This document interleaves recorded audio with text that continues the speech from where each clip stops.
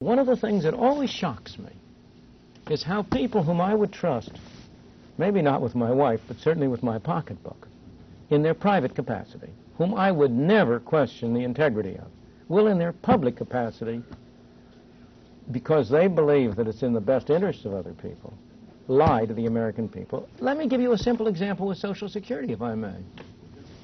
Social Security has a tax, as you know. That tax is supposedly divided into two parts.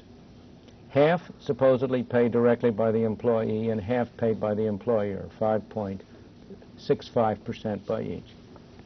Now, the economics of the matter is that fundamentally there is no distinction between these two parts. The part for which the employer writes the check is also paid by the employee. When Social Security system engages in propaganda, when it gives out information about the Social Security system, it always talks about the cost to the employee in terms solely of his part.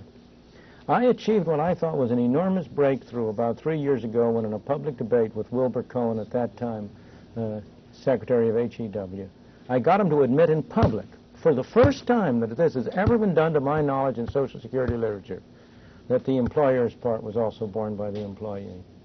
Now, Wilbur Cohen is an honorable man. In what way is it borne by the employee? His wage is lower than it otherwise would be. If you're an employer, if you're hiring a man, what's the cost of that man to you? It's what you pay him in wages, including his part of Social Security, plus what you pay him in Social Security tax. You couldn't care less whether he cost you $150 a week, of which $20 was tax and $130 wage, or whether he cost you $150 a week, all of which was tax. Couldn't make any difference to you.